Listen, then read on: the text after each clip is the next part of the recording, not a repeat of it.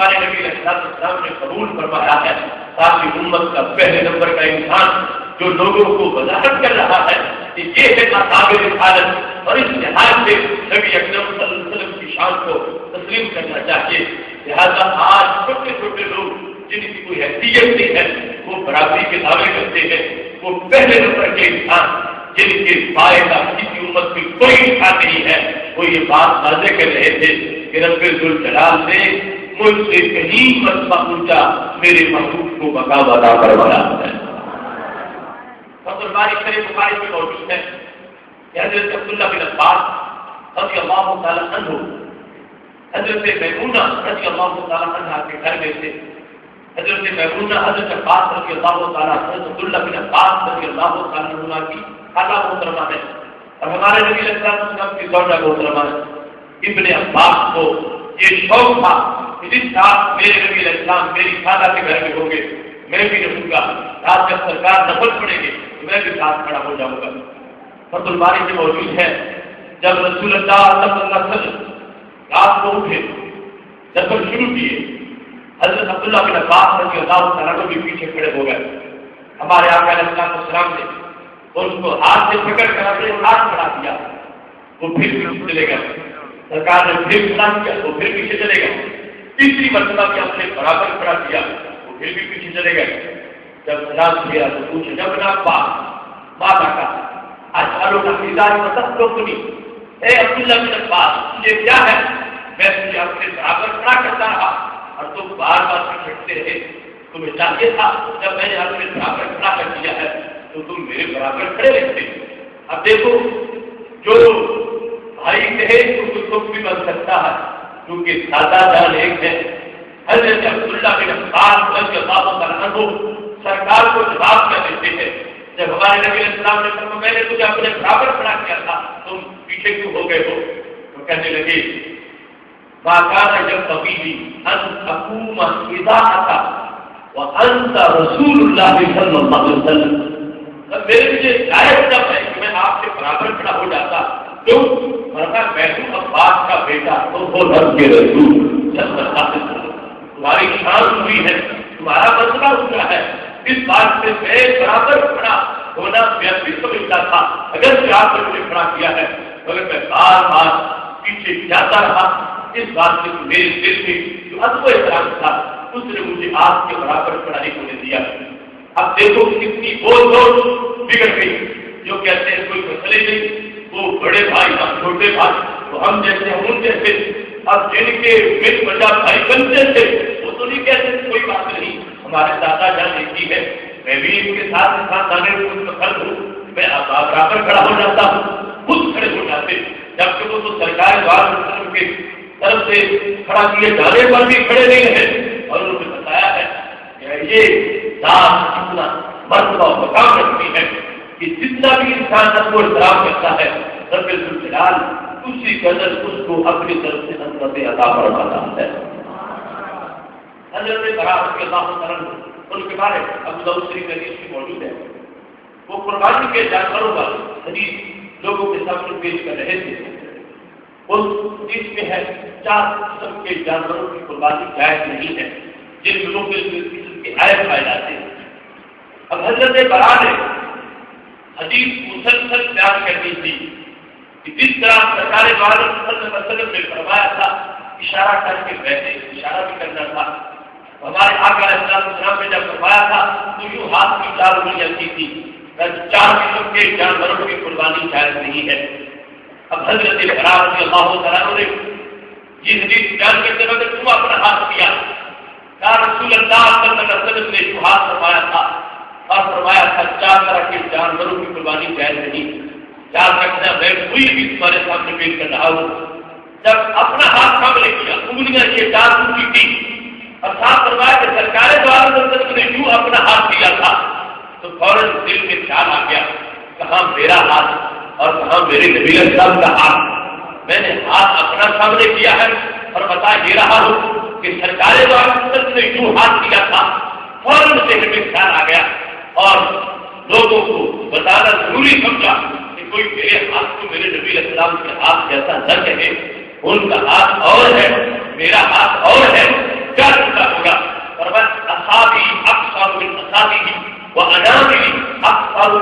علیہ، نہ میرے ہاتھ کو کبھی ان کے ہاتھ کو نہ سمجھنا، نہ میری انگلیاں ان کی انگلیوں جیسی ہیں اور نہ ہی میرے گورے ان کے گورے جیسے ہیں۔ میری انگلیاں بھی چھوٹی ہے، میرے گورے بھی چھوٹے ہیں۔ اب یہ ضروری سمجھا تاکہ وضاحت ہو جائے۔ آج لوگ سیرت بیان کرتے وقت جب تک یہ بیان نہ کرتے ان کا وضو پورا نہیں ہوتا کہ ہمارے ہاتھوں کے ہاتھوں جیسے، ان کے ہاتھ ہمارے ہاتھوں جیسے، جبکہ صحابی کتنا ادب ظاہر کر رہے ہیں اور بیان کر رہے ہیں اور اس کی وضاحت کر رہے ہیں کہ کوئی اپنے ہاتھ کو نبی علیہ السلام کے ہاتھوں جیسا مت کہے۔ نہ میں نے اشارہ کیا تھا سمجھانے کے لیے کہ سرکار صلی اللہ علیہ وسلم نے یوں فرمایا تھا، ورنہ میرے ہاتھ ان ہاتھوں جیسے نہیں ہے، نہ انگلیاں انگلیوں جیسی ہے اور نہ گورے ان کے گوروں جیسے ہیں۔ اس بنیاد پر سید عالم نور مجسم شفیع معظم صلی اللہ علیہ وسلم نے صحابہ کرام رضوان آپ کی آل پاک کے اخبار کتنا ہمارے لیے روشنی کا سامان رکھتے ہیں۔ آج اردو کے ذریعے سے جو لوگ دین سے آشنا ہوتے ہیں تو بہت سے مترجمین ایسا تصور دیتے ہیں جس سے باہم پیدا ہوتا ہے، شاید ہم کی اطلاع ہے، شاید یہاں کسی طرح کی کوئی تجیب۔ اب دیکھیں صحابہ کرام رضوان کا جو نقطہ نظر تھا، انہوں نے اس سے اتنا عظیم جانا کہ جہاں بھی بظاہر کوئی اعتراض رکھتا تھا انہوں نے سمجھا یہاں اعتراض نہیں، یہاں حکمت ہے۔ امام راضی نے لکھا ہے تفسیر کبیر کے اندر، ہمارے آقا علیہ السلام مسجد نبی شریف میں داخل ہوئے، ایک شخص سو رہا تھا، آپ نے حضرت علی رضی اللہ تعالیٰ عنہ سے فرمایا یا علی کو ہے کہ چھوڑ یہ سبب علی اس کو جگاؤ تاکہ یہ کچھ کرے۔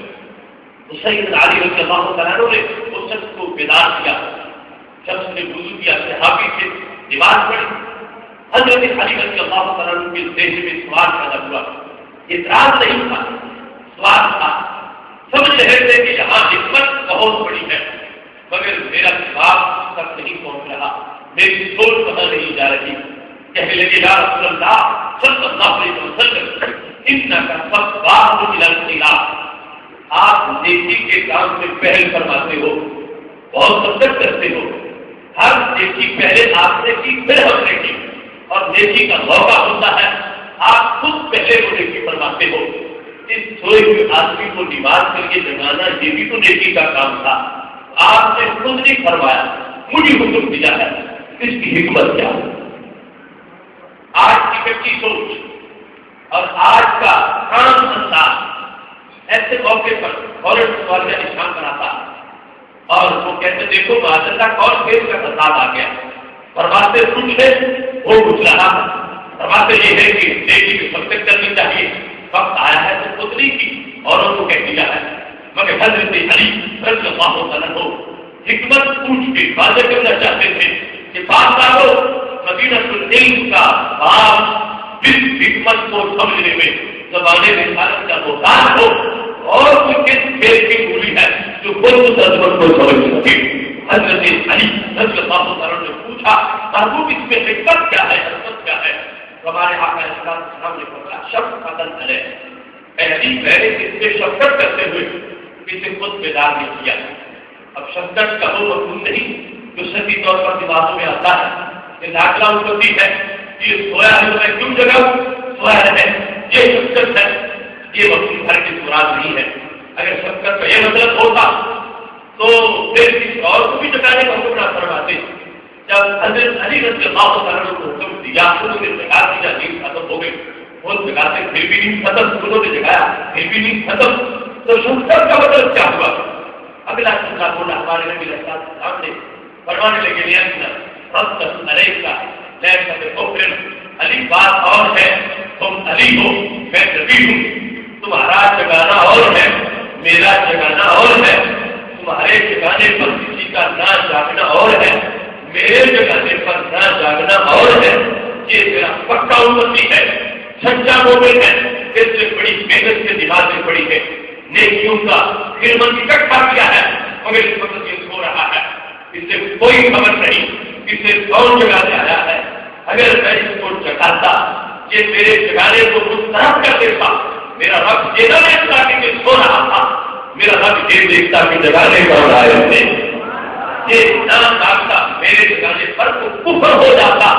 میں نہیں چاہتا کہ میں نیکی کروں اور امتی ہو جائے۔ علی جان کو جب پہل کرتا ہوں پھر بھی کمال کرتا ہوں، کسی اور کو کہوں پھر بھی شخص سے بالا بال کرتا ہوں۔ میں نے اس لیے تمہیں کہا ہے کہ تمہارے جگانے سے امتی کا نقصان نہیں ہوگا، تمہارے جگانے پر اگر یہ نہ بھی جاگا تو کفر تو نہیں ہوگا، میرے جگانے پر نہ جاگا تو کفر ہو جائے گا۔ اس بات سے میں یہ واضح کر رہا ہوں کہ رب ذوالجلال نے سرکار دوارا پورے مجسم شکلی مذہب سب کا سبب کی، ہر ادا میں حکمتیں رکھی ہے، ہر دل میں حکمتیں رکھی ہے۔ اب بظاہر یہ لگ رہا تھا کہ معذرت آپ کی سبھی ہے، لیکن حقیقت میں حضرت علی رضی اللہ عنہ کے سوال پر یہ واضح ہوا کہ یہاں کبھی نہیں منہ سے نکلی ہے مجھے کو شفاعت دینی۔ یا رسول اللہ صلی اللہ علیہ وسلم، آپ کا انداز ایسا ہے کہ جس جہت میں دیکھتے ہیں اور جس طرف نگاہ کرتے ہیں اسی طرف کی عظمتیں نظر آتی ہیں۔ اس بات سے رب ذوالجلال نے ہر ادا کو عظمتوں سے لبریز کروایا ہے۔ صحابہ کرام رضوان کے ہاں شان نبوت کو سمجھنے کا کتنا بات اور کامل انداز مشکات شریف میں حدیث موجود ہے۔ آج ان کا ترجمہ لوگ دکانوں کے دکانداروں کو دکھا کے ان کے ایمان خراب کرنا چاہتے ہیں۔ ہمارے آقا علیہ السلام نے فرمایا رب ذوالجلال سے دعا کرتے ہوئے قلبی علی دینک، ایسا میرا دل دین سے ثابت رکھ۔ یہ حدیث شریف ہے اور مانا اس کا یہ ثبت قلبی اللہ ثبت قلبی علی دینک، ایسا میرا دل دین سے ثابت رکھ۔ اب کچھ لوگ یہ حدیث دکھا کے یہ تصور دینا چاہتے ہیں کہ معذاللہ ان کی ذات بھی اتنی بڑی ذات نہیں ہے، معذاللہ ہمیں بھی خطرہ ہے کہ کہیں بھٹک نہ جائے۔ معذاللہ ان کو بھی خطرہ تھا کہ دعا مانگ رہے تھے اللہ ثبت قلبی علی دینک، میرا دل دین سے ثابت رکھ۔